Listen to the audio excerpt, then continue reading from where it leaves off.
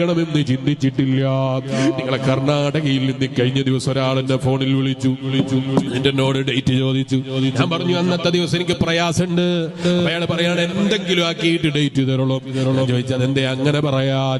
അപ്പുറത്ത് നിന്ന് അയാൾ എന്നോട് പറയാണ് ഞങ്ങളെ നാട്ടിലേക്ക് അതേ ഡേറ്റിന്റെ പരിസരത്ത് ഞങ്ങൾ വേറൊരാളെ വിളിച്ചിട്ടുണ്ട്.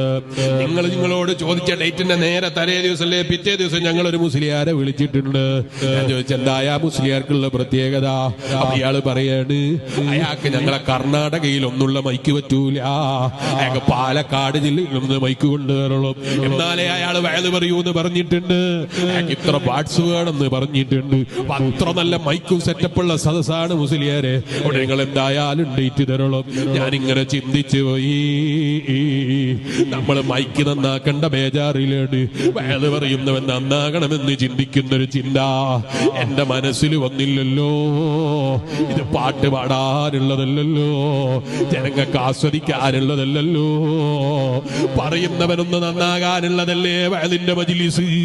പറയുന്നത് കേൾക്കുന്നവർക്ക് എന്തെങ്കിലും മാറ്റമുണ്ടാകാനുള്ളതല്ലേ വയലിന്റെ മജ്‌ലിസ്.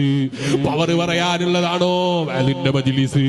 ജനങ്ങൾക്കിടയിൽ ഇത്ര വാട്സ് ഉള്ള മൈക്കാണ്, ഇത്ര ആളുകൾ പങ്കെടുത്ത സദസ്സാണ്, ഇത്ര ആളുകൾ ലൈക്ക് അടിച്ച സദസ്സാണ്, ഇത്ര സബ്സ്ക്രൈബ്സ് ഉള്ള മുസ്ലിയാരാണ്, ഇത്ര ആളുകൾ നേതാവായി കണ്ട ആളുള്ള വലിയ നേതാവാണ്.